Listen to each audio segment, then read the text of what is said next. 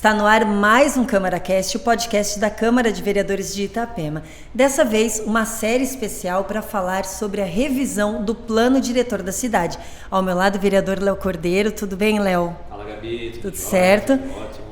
Daniel de Amorim aqui com a gente. Tudo bem, Daniel? Tudo bem, Gabi? Tá nas anotações aí, super concentrado. Daniel, tu já foi do Conselho da Cidade, né? E agora explica de que forma tu tem participado dessas reuniões aí, como você participa disso. Então, de uma forma, eu junto com os demais, com outros profissionais, Gabi, a gente tem se reunido de uma forma colaborativa, de uma forma voluntária, né, como técnicos, para tentar ajudar nessa revisão do plano diretor que ela já veio do governo atual, do legislativo atual, mas a gente entende que tem alguns itens ali que poderiam ser um pouco mais aprofundados ou talvez um pouco mais amadurecidos. Então, desta forma, a gente acabou se reunindo, volto a falar, dessa forma simplesmente colaborativa, no intuito de estar colaborando nesses itens que a gente acha que então poderiam ser de uma forma mais estudada, ou então melhor esclarecidas, para que a gente tenha realmente um plano diretor muito enriquecedor para a cidade, né? Uhum. Léo, tu é presidente da comissão que está tratando da revisão, né? Fala um pouquinho do teu trabalho na comissão. Gabi, então, que o Daniel relembrou o início disso daqui, né?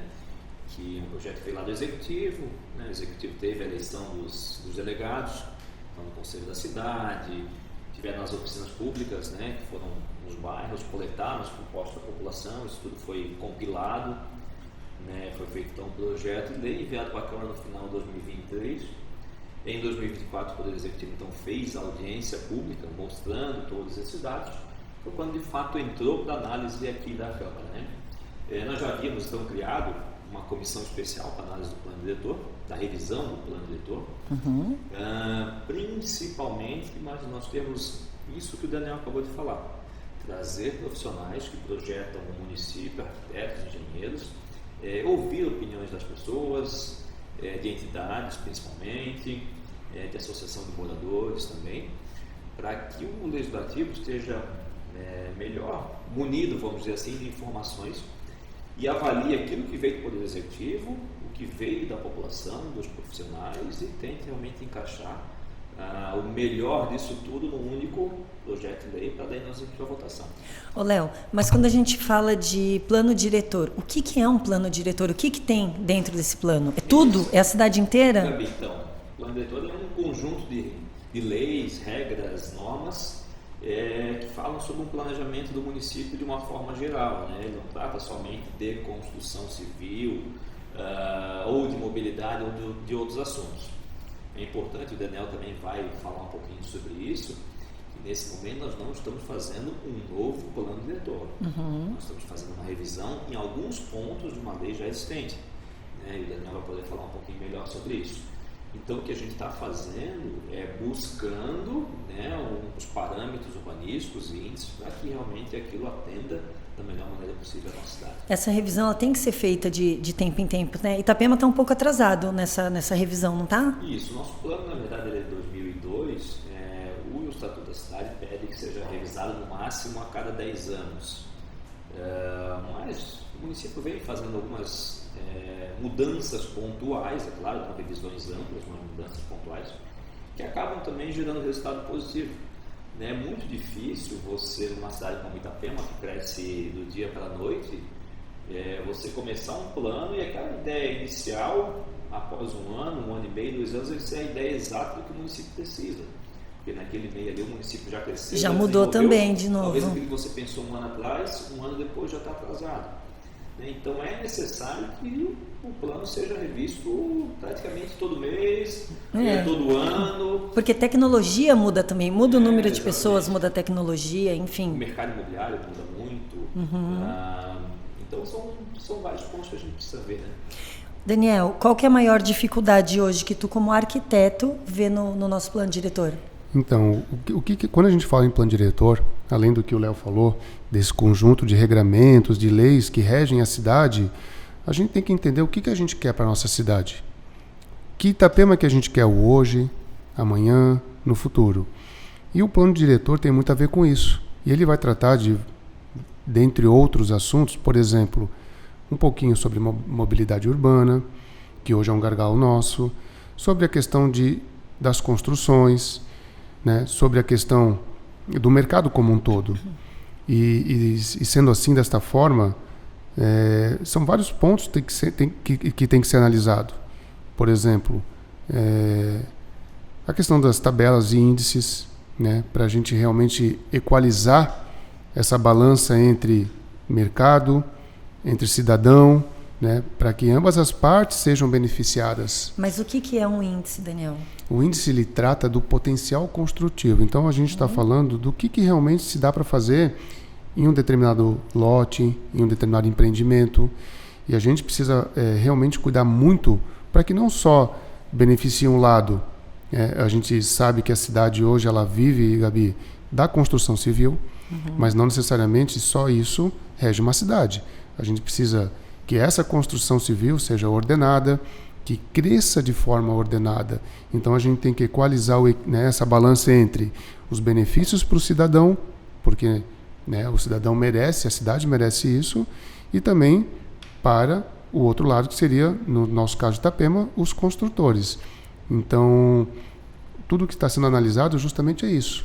É fazer algo de uma forma equilibrada, né? Que não beneficie somente um dos lados, porém o conjunto como um todo. Mas quando a gente fala de índice, a gente está falando de altura ou a gente está falando de tamanho? Quando a gente fala de índice, é importante também destacar, aproveitando o gancho aqui do Daniel, que nós temos zoneamentos diferentes, né? Nós temos o zoneamento que é entre a Avenida e a Praia, que seria as R1, temos o Frente Mar, temos entre a Avenida e a BR, que seria as R2, temos as R3, que é da BR, né, para o lado oeste, até quase chegar nos nossos morros ali, na Cota 10. Então, tu imagina que a gente não pode pensar o mesmo índice entre ZR1 e ZR3, porque são construções totalmente, o mercado imobiliário é totalmente diferente, né, Daniel? E a gente não pode, também nós aqui como legisladores, criarmos regras e índices que ingessem algum tipo de zoneamento, né, que não permita fazer determinada construção, ou que libere um tipo de construção que aquele zoneamento ali também não vai conseguir absorver. Não suporte. Isso, exatamente. Então a gente tem que ter esse equilíbrio, né, entre você colocar um regramento, uma legislação, mas você também não pode engessar o mercado, né? Você tem que tentar buscar um meio termo disso aí.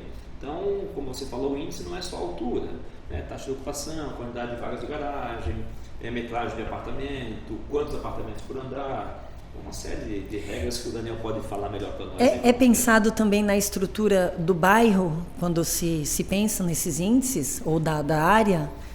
Por exemplo, lá no Morretes, muitos apartamentos e não tem escola, por exemplo, o suficiente. É pensado nisso? Não é pensado diretamente quando você cria o índice, mas a partir do momento, como a gente está imaginando agora, criar uma outorga onerosa específica para as R3, aí sim nós estamos pensando no que vem depois. É nesse passivo que fica depois. A construção civil vem, acontece, só que depois o município, que é o poder público, tem que oferecer o serviço público, não só a infraestrutura de ruas, de calçadas, mas também saúde e educação. Então, junto com isso, você busca nessa contrapartida financeira da outorga onerosa potencializar a construção, em que você dá ganhos para o terrenista, no caso o proprietário do terreno, para o construtor, mas que o poder público também tem uma contrapartida financeira através da outorga que possa voltar o investimento para a população daquele local. E quando a gente fala em outorga, não necessariamente uma outorga feita na ZR1 tem que ser usada na ZR1. Não, ela é liberada para todo o município, né? Até o principal papel da outorga onerosa, inclusive está lá no Estatuto das Cidades, é da mais-valia para menos-valia. Então, mais-valia, o que seria? O zoneamento mais nobre, ZR1, ZR2, lá você arrecada valores mais altos. Para ser aplicado. Você botar o equilíbrio na cidade e aplicar onde você não tem tanta arrecadação, mas que precisa necessariamente de melhorias. Então, é haver tirar de um lado para conseguir investir em outro. Daniel, e aí pensando em arquitetura, como é que fica tudo isso que o Léo falou? Então, quando eu falei do equilíbrio, Gabi, que complementando o que o Léo falou, a gente não pensa realmente só em obra, só em volume de obra. E não necessariamente verticalizar uma cidade significa, por exemplo, não dar qualidade para ela. A gente pode ter um prédio, por exemplo, extremamente alto, com poucos apartamentos, ou ter um prédio baixo com muitas unidades. No final das contas, o prédio baixo ele vai gerar um impacto maior. Então, o que a gente tem que se preocupar é, realmente, vai ter uma melhoria de índice? Vai ter uma melhoria de índice, mas, consequentemente, a gente tem que ter infraestrutura, que nem o Léo falou, tem que ter escolas, e tudo isso é pensado. O plano diretor ele contempla tudo isso. Além da infraestrutura, tem que ter lazer, né? A gente tem que ter praças, parques e vários outros mecanismos para que a comunidade realmente possa usufruir de forma minimamente com qualidade mesmo, né? A cidade como um todo. E o plano diretor, apesar de a gente tratar aqui de uma revisão, e a revisão ela não é um projeto pensado do zero. Ela é um projeto onde a gente tenta fazer melhorias, visto o que já foi feito, analisando os erros e propondo coisas futuras nos acertos. Basicamente é o que está sendo feito nessa revisão. E não é assim, né? Ok, ficou pronta a revisão, agora a cidade vai mudar do dia para a noite. Não, né? É um trabalho de formiguinha. Vocês estão melhorando leis, né? Exatamente. Organizando para se encaminhar melhor, é isso? Exatamente. O Daniel pode também, falar com uma visão dele de arquiteto urbanista. E quanto à questão de arquitetura, a gente logicamente pensa numa cidade, Itapema tem um potencial enorme de crescimento, então a gente pensa numa cidade realmente bonita, agradável, usável, e ela que seja uma cidade que abrace, né, a população local, os turistas, que dê conforto, qualidade, como a gente espera de uma cidade. E talvez agora não tenham pontos ali que ainda não ficaram ainda 100% maduros. Mas aí com o ano que vem, o novo governo entrando, ele já tem algumas intenções e ali eles podem, né, o plano pode ser aprimorado, alguns itens revistos. O próprio Xepa, no seu plano de governo, já anunciou várias vezes isso, que existe, né, a ideia de se contratar um escritório especializado em urbanismo. E para qual motivo, principalmente? Para a gente pensar, por exemplo, na questão da mobilidade urbana. Mas por que um escritório é especialista? Porque é um assunto extremamente sensível, a questão da mobilidade aqui em Itapema hoje. É um assunto extremamente difícil, porque a gente tem limites territoriais, Gabi. A gente tem o mar e tem as montanhas. E depois disso a gente tem um terreno que é muito caro. Então, simplesmente, vamos desapropriar tudo para criar ruas e largar. Não faz sentido, não vai ser dessa forma. Os impostos, a outorga onerosa que está sendo implementada em alguns lugares que até então não tinham, justamente para criar essas ferramentas para que o Poder Executivo, junto também com o Legislativo, né, todas as forças, poderem melhorar vias, criar infraestrutura. Então, são coisas pensadas para que realmente se crie uma Itapema para hoje e para daqui a 5, 10 anos, que nem vocês falaram, cada ano muda, a gente tem um crescimento absurdo aqui, então é tentar mitigar os problemas, resolvê-los da melhor forma possível e pensar no futuro, porque vão vir outros problemas, né? Léo, e agora então em que pé está, né? Já tá próximo do fim essa revisão, né? Sim, né? A gente, inclusive, tivemos reunião semana passada, essa reunião, hoje de manhã também, reuniões aqui, estamos tendo reunião com os profissionais, né, pensando bastante, quebrando a cabeça, né, Daniel? Com outros profissionais é importante frisarmos, né? Outros arquitetos, outros engenheiros que estão ajudando nesse processo, se doando, né, nesse processo aí da revisão do plano, se doando para a cidade de Itapema, trabalhando como voluntários ali. Então, eu acredito que mais uma semana a gente consegue finalizar, né, as dúvidas que nós temos em questão dos índices ali, fechar uma tabela para apresentar aos vereadores. Como eu sempre bem falado, o que nós colocamos aqui não é que tem que ser aprovado, né, Daniel? De forma alguma. Sugerindo, né, nós como profissionais e conhecendo o mercado, trabalhando na construção civil, conhecendo a cidade, nós estamos sugerindo alguns números para o Poder Legislativo. O Legislativo, após uma reunião, uma explicação nossa como profissional, o Legislativo vai ter que fazer essa escolha e analisar se aquela ali é a melhor proposta. Então, após isso, a gente também tem que fazer uma compilação de leis, não é só índices, né? Nós temos também textos de lei que precisam ser alterados. E quando você se altera índice, você também vê a questão de texto, né? de leis em si. Então, é todo esse processo que nós estamos fazendo para buscar aí nas próximas 2 semanas fechar esse pacote, ter isso explicado a todos os vereadores e aí sim isso ser colocado em pauta para ser votado. Ser votado aqui, né? E a parte burocrática, foi votado aqui, volta para a prefeitura? Volta para o executivo? Lembrando que são 2 votações, né? O projeto de lei complementar, então obrigatoriamente tem que ser 2 votações e após a segunda votação vai para o Poder Executivo para ele sancionar ou ele vetar, né? Ou sancionar com vetos parcial em alguma coisa. E se houver algum tipo de veto, depois retorna ao Legislativo para ver se o Legislativo derruba esses vetos ou se mantém. Então a gente tem mais um processo aí até finalizar isso e realmente isso virar lei e nós conseguimos aí dar acho que um salto de uma evolução na cidade nessa parte construtiva, com certeza.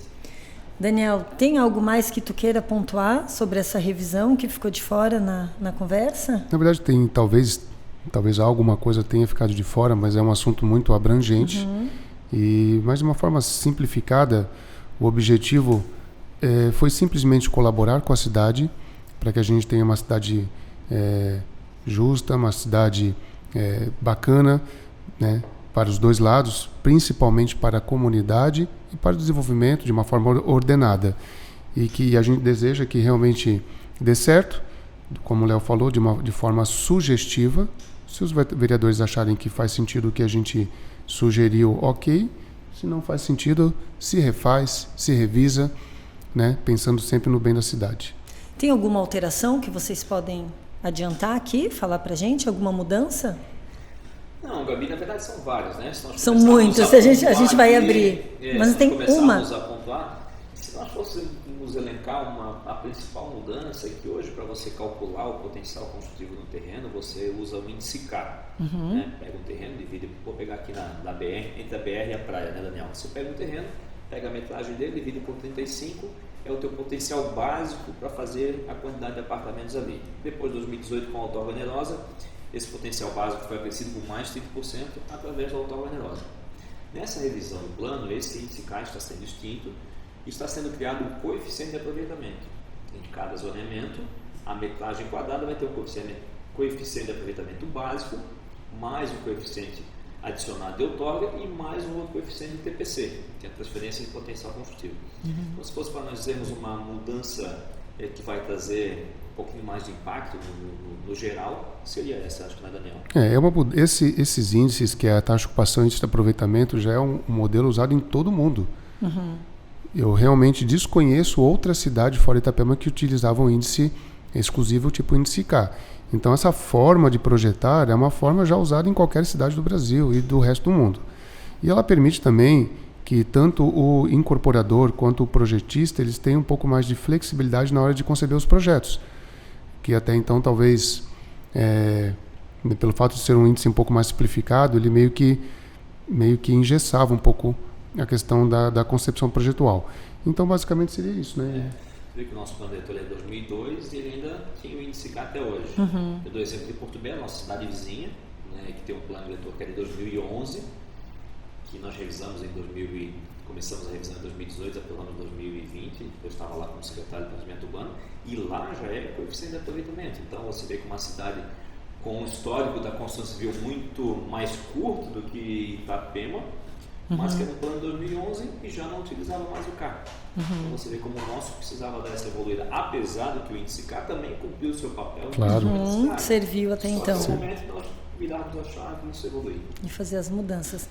Daniel, muito obrigada pela tua presença aqui. Acho que tu volta outras vezes para explicar também mais algumas coisas. Vai estar disponível para... Com certeza. Só me chamar que estou presente. Léo, obrigada também pelas tuas explicações, né? Logo a gente já vai saber se o plano volta e a gente vem com outra edição também explicando mais um pouquinho. Esse foi o CâmaraCast especial falando sobre a revisão do plano diretor. Continue nos acompanhando nas nossas redes sociais.